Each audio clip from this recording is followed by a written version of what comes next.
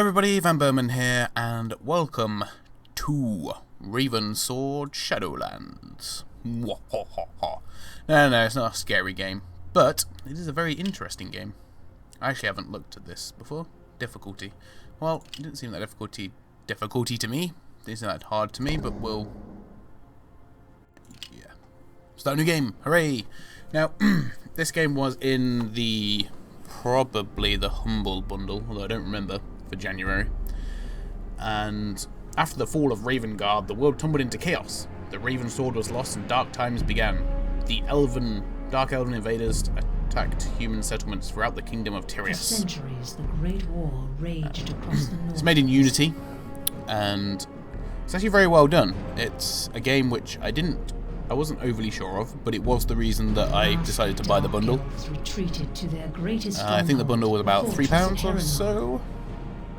And Ravensword actually came out on Steam in December. So it's not been out that long before it's been put into a bundle. But it is worth noting. To battle. You can see the graphics aren't too bad. They're alright. I've seen worse. Okay, we're now to do this. Oh wait, was it F to dodge? Here we go. Now, look, it's all a bit basic, of course, with the type of game that it is, but, you know, it's got a bit of a, like, a bit of an Oblivion feel to it.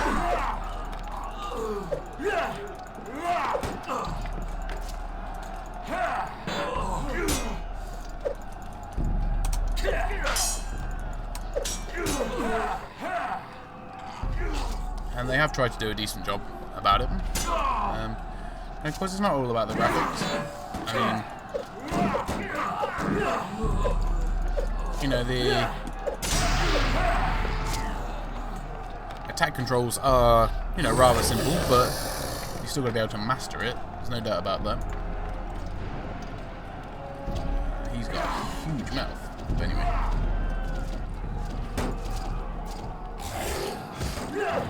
Take down the Dark Elf Warrior.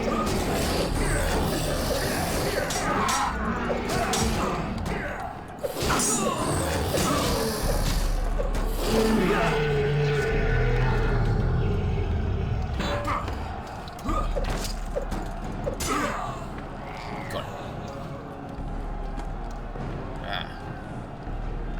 There they are.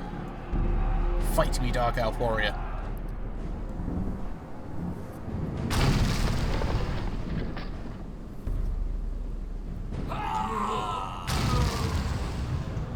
Legend says all those who took the field, human and elf, died that dark day.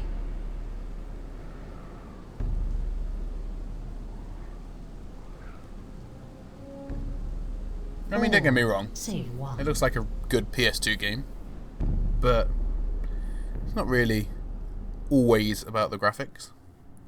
Like I said, I'm quite impressed with the gameplay thus far. And from what I've already played of it, it's a very interesting game. Enough, Perdis. We must let him rest. I will watch over him.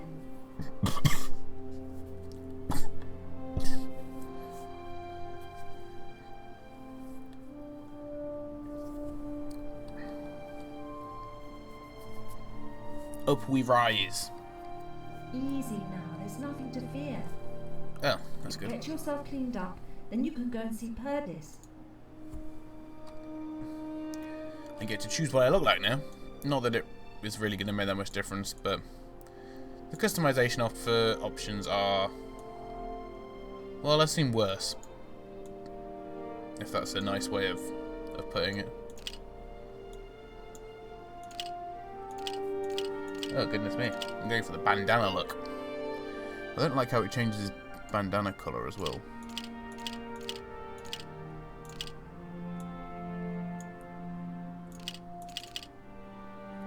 There you go, that'll do. He looks stupid, but... oh well. I'm not sure we'll be seeing much of his face anyway, so... We brought you here after the battle at Hennemar.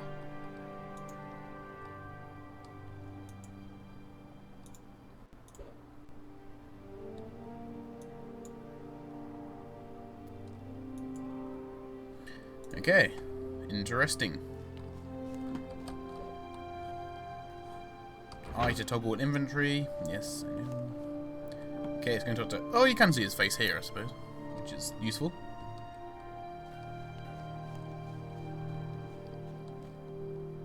Ah, awake at last, I see. It's good to see you up and about. This is the Guild Hall of the Champions of Tyreus, and I am Perdis, and I bid you welcome.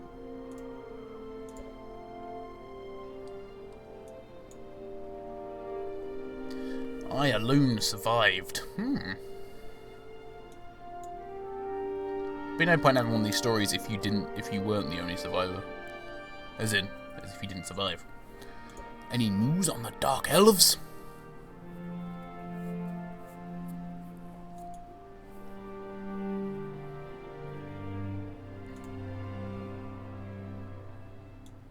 Prince Solarine. And I get some gold pieces. Hooray! Money equals loot. I got an iron longsword, a bow. Although coincidentally you don't actually need arrows. They have unlimited arrows, which I guess is useful, but I'd like to have a sort of variation on arrows if I'm honest.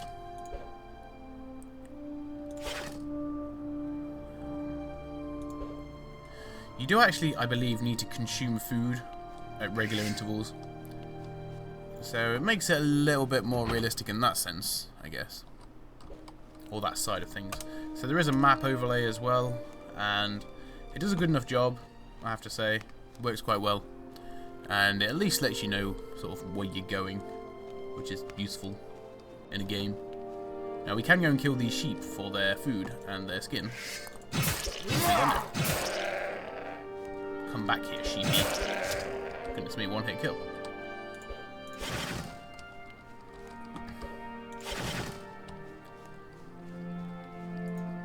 So as you can see, sheep don't really put up much of a fight. Not that I would necessarily expect them to. But the map does go off whenever you talk or enter combat, I believe. Oh no, I wanted to hear that guy speak again, because he's got such a cool voice.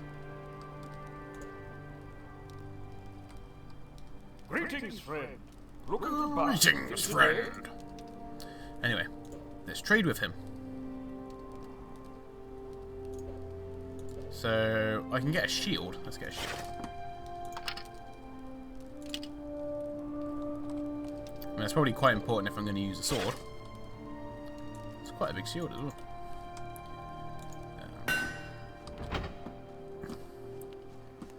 But I mean, I really don't have a problem with how this game looks at all, if I'm honest. It's a little bit jerky at the minute. Oh no, it's fine now.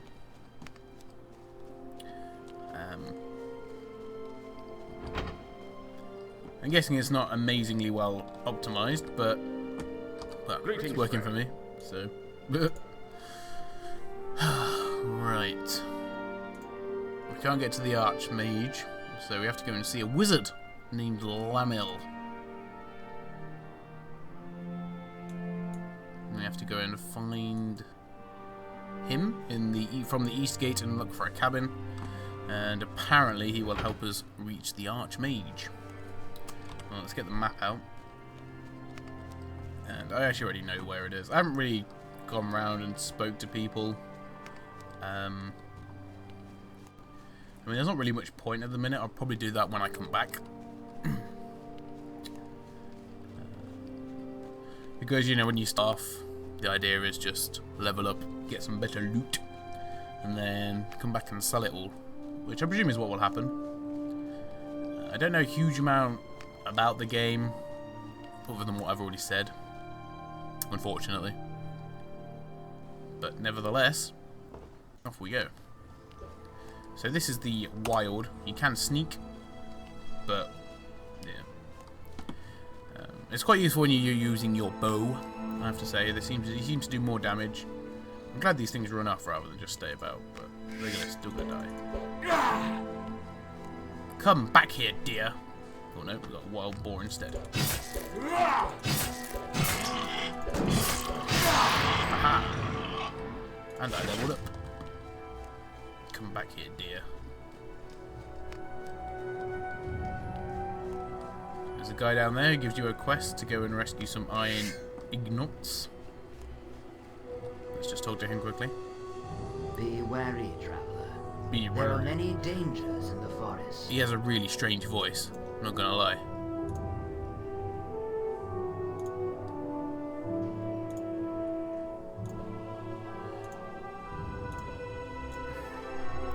So we can buy stuff off him, sell stuff to him. A rat on a stick. It's an interesting weapon. Does a fair amount of damage actually, I'll be honest.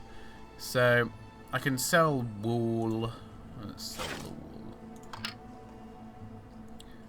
I can sell the boar hide as well, that gives me 15 gold. But yeah, food is quite important I believe, because I don't know when he actually eats, but he does consume the bread every now and again.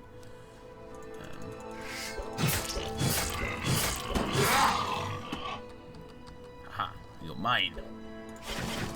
I think the battle animations are quite good as well. I mean, I know it's only, you know, one hit rather than having an actual heavy attack, but maybe the food is consumed the more you attack people, I guess.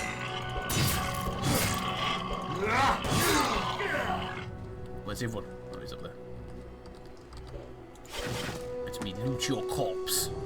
I believe you can actually go into first person mode as well, which doesn't add a huge amount to the game.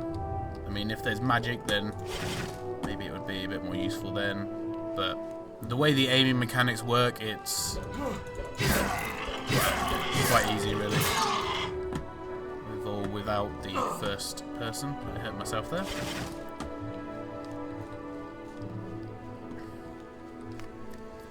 So I think this is the cabin. Yep. The map is very useful. It works really well, which is nice to see. Hey, you there? What do you want? I'm over here. Inside the bottle.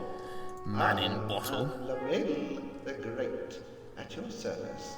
You're great, I are am you? the former apprentice to the Archmage himself, and I wield amazing powers of sorcery.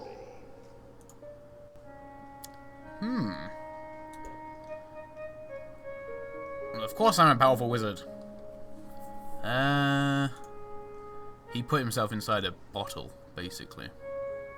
A frog and a 5-legged goat.